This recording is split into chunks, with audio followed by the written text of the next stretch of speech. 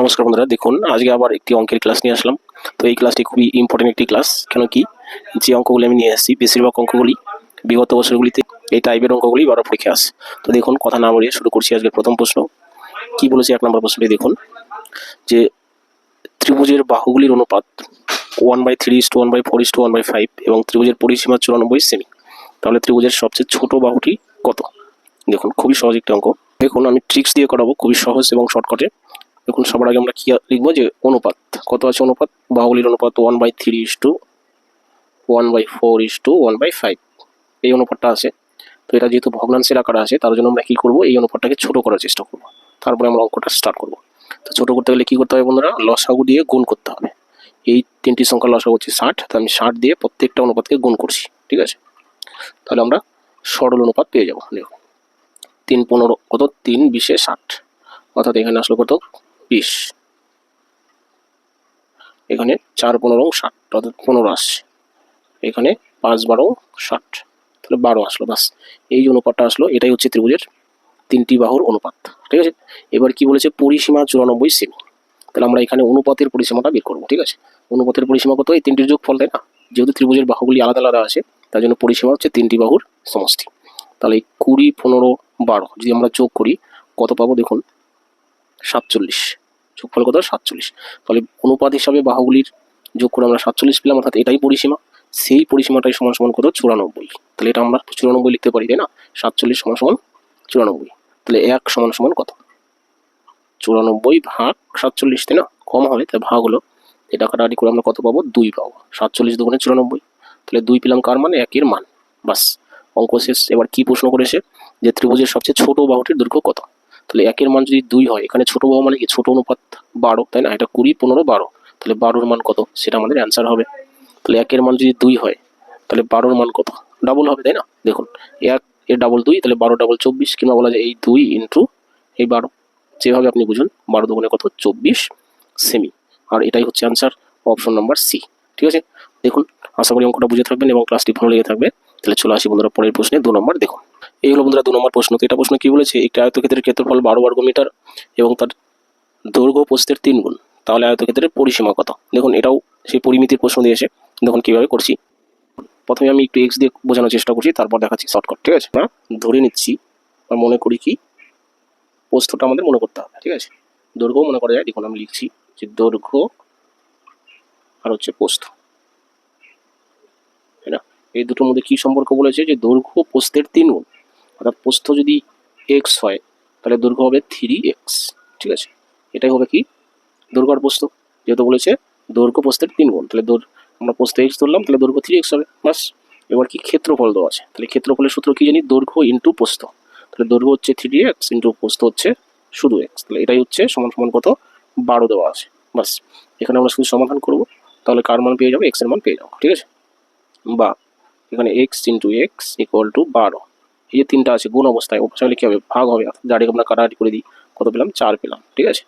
তাহলে এখানে আমরা কত পেলাম, 4 পেলাম। তাহলে এক্স ইন্টু এক্স সমান সমান 4, তাই না। 4কে আমরা কি করবো, বর্গমূল করবো। 4 হচ্ছে কি, 2 ইন্টু 2, তাই না। 4 মানে কি, 2 ইন্টু 2, অর্থাৎ এক্স এর মান কত আসলো, 2 আসলো। বাস, অঙ্ক শেষ। এবার প্রশ্ন করেছি পরিসীমা কত। তাহলে আয়তক্ষেত্রের পরিসীমার কি সূত্র জানি আমরা, পরিসীমা সমান সমান 2 ইন্টু দৈর্ঘ্য প্লাস প্রস্থ। আমরা মান বসিয়ে দিব, যে দৈর্ঘ্য হচ্ছে 3x, এক্স এর মান আমরা যেহেতু পেয়ে গেছি 2, এক্স এর মান বসিয়ে দিলাম। 2 ইন্টু দৈর্ঘ্য প্লাস গেল, এবার প্রস্থ কত, শুধু এক্স, শুধু এক্স মানে কত, 2। বাস, তাহলে এখানে 3 দুগুণে 6 আর 2 কত, 8। 3 দুগুণে 6 আর এই দুটো যোগ আছে, তাহলে 8, 8 দুগুণে কত, 16 মিটার। যেহেতু পরিসীমা, তাহলে এককটা মিটারে হবে, ঠিক আছে। আচ্ছা, এই হলো বন্ধুরা 2 নম্বর অঙ্ক। তো এটা কি করলাম, আমরা এক্স ধরে করলাম। এবার এক্স ধরা ছাড়াও করা যায়, সেটাও আমি একটু দেখাচ্ছি। দেখুন কি করে আমরা এক্স ছাড়াই আমরা করবো, আর একটু শর্টকাট হবে। যদি বলেছি দৈর্ঘ্য প্রস্থের 3 গুণ, প্রস্থ তাহলে আমরা 1 ধরবো, তাহলে দৈর্ঘ্য কি হবে, 3 হবে, তাই না। 3 গুণ মানে কি, এটা যা হবে তার এটা 3 ডাবল হবে। 3 দিয়ে এটাকে গুণ করলে এটা হবে। তাহলে দৈর্ঘ্য আর প্রস্থের আমরা অনুপাত পেয়ে গেলাম করে 3:1, ঠিক আছে। বাস, এখান থেকে আমরা কি করবো, একটা ধ্রুবক সংখ্যা বের করবো। ধ্রুবক কিভাবে বের করবো, দেখুন, এটা সমান সমান কি দেওয়া আছে, ক্ষেত্রফল, তাই না। সেই ক্ষেত্রফলকে আমরা কি করব, এই অনুপাতের গুণফল দিয়ে ভাগ করব। অনুপাতের গুণফল তার কি √। এটা হচ্ছে একটা ধ্রুবক সংখ্যা। সমান সমান কত, 3 4 12 এবার 4 বর্গমূল করলে 2, বাস। এই ধ্রুবক সংখ্যার সাথে যদি 3 গুণ করি দৈর্ঘ্য পাবো, 1 গুণ করলে প্রস্থ পাবো। দেখুন আমি এরকম একটা ক্লাস আগে দিয়েছিলাম যে যখন ক্ষেত্রফল দেওয়া থাকবে আর দৈর্ঘ্য প্রস্থের অনুপাত দেওয়া থাকবে, এবার কি করবো, অনুপাতের গুণফল দিয়ে ক্ষেত্রফলকে আমরা ভাগ করবো, তাকে রুট ওভার করে দিলে একটা কি পাবো, ধ্রুবক সংখ্যা পাবো, যার সাথে অনুপাতের দৈর্ঘ্যের সংখ্যা গুণ করলে দৈর্ঘ্য পাবো, প্রস্থের সংখ্যা গুণ করলে প্রস্থ পাবো। ঠিক আছে, তাহলে দৈর্ঘ্য আর প্রস্থ যদি পেয়ে যাই তাহলে আমাদের যা প্রশ্ন করবে তাই উত্তর হয়ে যাবে, তাই না? তাহলে দেখুন 3 দুগুণে 6, তাই না? এই দুইটা যদি আমি 3 এর সাথে গুণ করি কত হবে, 6। দৈর্ঘ্য হচ্ছে 6 আর 2 অক্ষে 2, প্রস্থ হচ্ছে 2। ঠিক আছে, তাহলে আমরা কি বের করবো এখন, পরিসীমা। তাহলে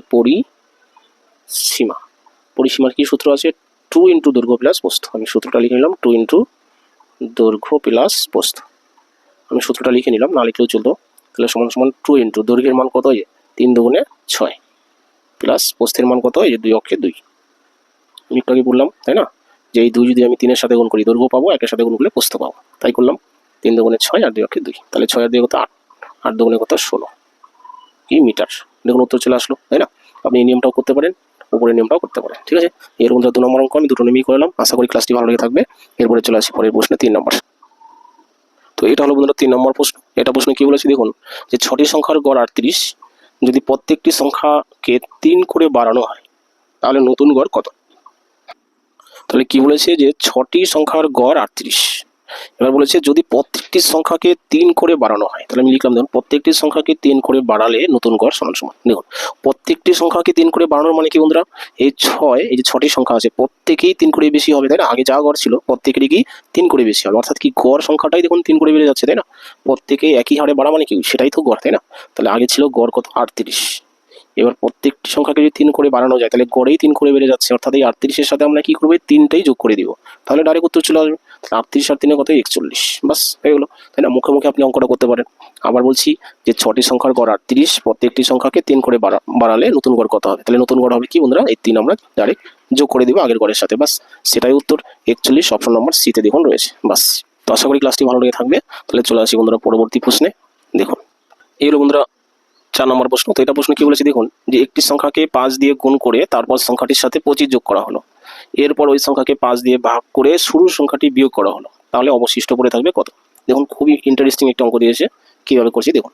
এখানে যা যা বলবে আমরা সবগুলো কাজই পর্যায়ক্রমে করবো। দেখুন আমরা ধরে নিলাম যে শুরুর সংখ্যাটি এক্স, বাস। এবার এই এক্স এর সাথে আমরা কি করবো, পরপর যতগুলি কাজ বলেছে সবগুলি কাজ করবো। প্রথমেই বলেছে সংখ্যাটাকে 5 দিয়ে গুণ করে, তাই না? তাহলে আমরা কি করবো, এক্স কে 5 দিয়ে গুণই করবো, এই যে এক্স ইন্টু কত, 5। তারপর গুণ করে কি করতে হবে, সংখ্যাটির সাথে 25 যোগ করতে হবে, তাহলে 25 যোগ করলাম প্লাস 25 হলো।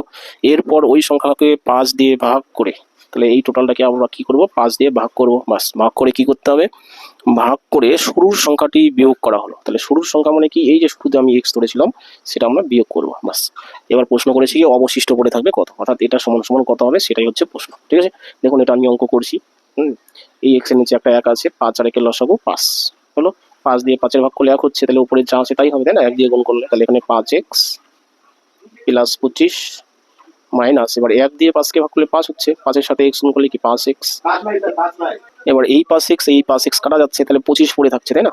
তাহলে উপরে থাকছে কত, 25, নিচে 5, বাস। এটা কাটাকাটি করলে কত হবে, 5 5 25, বাস 5 অবশিষ্ট থাকলো, তাই না? তাহলে দেখুন 5 অপশন নাম্বার ডিতে রয়েছে, তাহলে অপশন ডি হচ্ছে উত্তর। তো আশা করি ক্লাসটি ভালো লেগে থাকবে। তাহলে এরপরে চলে আসি বন্ধুরা পরের প্রশ্নে। দেখুন এই হলো বন্ধুরা 5 নম্বর প্রশ্ন, অর্থাৎ আজকে লাস্ট কোশ্চেন। তো এটা প্রশ্ন কি বলেছে দেখুন, যে রাহুল পরীক্ষায় 515 নম্বর পেল, যা ন্যূনতম পাস মার্কের চেয়ে 3% বেশি। ন্যূনতম পাস মার্কের চেয়ে 3% বেশি। ওই একই পরীক্ষায় যদি মোহন পায় 710 নম্বর, তাহলে সে পাস মার্কের চেয়ে কত নম্বর বেশি পেয়েছিল? দেখুন অঙ্কটা একটু কঠিনই মনে হচ্ছে, তাই না? অনেক বড় কথা বলেছে, তো যাই হোক দেখুন কিভাবে করছি। তাহলে কি বলেছে, যে রাহুল 515 নম্বর পেয়েছে, তাই না? এবার এটা কি ন্যূনতম পাস মার্কের চেয়ে 3% বেশি। এই 3% বেশি, এই কথার অর্থটা আমাদের জানতে হবে। ঠিক আছে, আচ্ছা আমি একটু তৌরাশিক নেমে সাজিয়ে নিচ্ছি। দেখুন যে ন্যূনতম পাস মার্ক হলো, আর কি প্রাপ্ত নম্বর, এটা আমি জাস্ট একটু সাজিয়ে নিলাম বোঝার জন্য। যে 3% বেশি পাওয়ার মানে কি, যে বেশি পাওয়ার মানে ন্যূনতম পাস মার্ক যদি 100 হতো তাহলে সে পেয়েছে কত, 103, তাই না? 3% বেশি পাওয়ার মানে হচ্ছে এটা 3 বেশি পাওয়া, শতকরা, বাস। এবার সে পেয়েছে হচ্ছে কত, 515, তাহলে প্রাপ্ত নম্বর আমরা লিখছি 515। 15 নম্বর পেয়েছে রাহুল। তাহলে ন্যূনতম পাস মার্কটা কত ছিল সেটা আমরা পেয়ে যাচ্ছি, তাই না? এইটুকু অঙ্ক করে, বা সেটা যদি পেয়ে যাই তাহলে যাই প্রশ্ন করা হোক আমরা উত্তর করতে পারবো। তাহলে আমরা ডাইরেক্ট লিখছি ন্যূনতম ন্যূনতম পাস মার্ক, পাস মার্ক সমান সমান, তাহলে এই যে প্রশ্ন চিহ্ন আছে তো ওটা সিগনেমি যদি করি, প্রশ্ন চিহ্নের উপরের সংখ্যাটা আগে লিখতে হয় ইন্টু, এটা একটু আমরা যদি হিসাব করি যে 103 নম্বর পেলে ন্যূনতম পাস মার্ক 100 হতো, এবার সে পেয়েছি 515, তাহলে ন্যূনতম পাস মার্ক বেশি ছিল, তাই না? তাহলে দেখুন এই সংখ্যাটা উপরের সংখ্যার চাইতে বড়, আবার এখানেও 100 চাইতে বড় সংখ্যা আছে, তার মানে কি দুটোই বেড়ে যাচ্ছে। যখন দেখবেন যে দুটো সংখ্যাই বেড়ে যাচ্ছে সেটাকে সরল সম্পর্ক বলা হয়। আর সরল সম্পর্ক হলে কি হয়, এই দুটো সংখ্যা উল্টে লিখতে হয়, অর্থাৎ 515 এটা নিচে আসে উপরে লিখবো, আর 103 উপরে আসে নিচে লিখবো, ব্যাস। এইটুকু কাটাকাটি করলে আমরা পেয়ে যাবো কি ন্যূনতম পাস মার্কটা আসলে কত ছিল। তাহলে সমান সমান দেখুন কাটাকাটি করে কত হচ্ছে, তাহলে এটাকে যদি 5 দিয়ে গুণ করি আমরা এটা পেয়ে যাচ্ছি, তাই না? দেখুন 3 5 15, 5 হাতে ছিল কত 1, 5 10 50, হাতে 1 51, তাহলে কাটাকাটি করে 5 পেলাম। তাহলে 5কে 100 দিয়ে গুণ করলে কত পাবো 500, হয়ে গেল ন্যূনতম পাস মার্ক পেয়ে গেলাম, বাস। এবার কি প্রশ্ন করেছে যে মোহন পায় 710, তাহলে সে ন্যূনতম পাস মার্কের চাইতে কত বেশি পেয়েছিল। তাহলে মোহন কত পেয়েছে 710, ন্যূনতম পাস মার্ক 500 ছিল, পেয়েছে 710, তাহলে অবশ্যই বেশি পেয়েছে। কত বেশি পেয়েছে সেটা শতকরা কত। তাহলে দেখুন আমি লিখে নিলাম যে মোহন ন্যূনতম পাস মার্কের চেয়ে বেশি পায়, তাহলে ন্যূনতম পাস মার্ক কত 500, পেয়েছে 710, তাই না? তাহলে 710 থেকে আমরা 500 বিয়োগ করে দিব, তাই না? 500 বিয়োগ করছি তাহলে কত পাচ্ছি দেখুন 210, 210, বাস। এটাকেই শুধু শতকরা বানালেই হয়ে গেল। এবার শতকরা বানানোর নিয়ম কি দেখুন, এটা সমান সমান কি, এই 210 পেলো কতর মধ্যে, ন্যূনতম পাস মার্ক যখন 500 হয় তখন পেলো 210, তাহলে সেই 500টা আসবে নিচে আর 210 আসবে উপরে, ইন্টু কত 100, তাই না? শতকরা যেহেতু, তাহলে 100 দিয়ে গুণ করলে আমি পার্সেন্ট চিহ্ন দিতে পারবো, বাস। এইটুকু কাটাকাটি করুন, কত আসছে দেখুন, এই দুটো দুটো শূন্য কাটা, 5 অক্ষে 5, 4 5 20 হলো, 4 5 20, এখানে আছে কত 21, 1 বেশি থাকলো, শূন্যের আগে 1 বসালে 10, 5 দুগুণে 10, তাহলে কত পার্সেন্ট পেলাম 42%, ঠিক আছে? এই 42% বন্ধুরা উত্তর।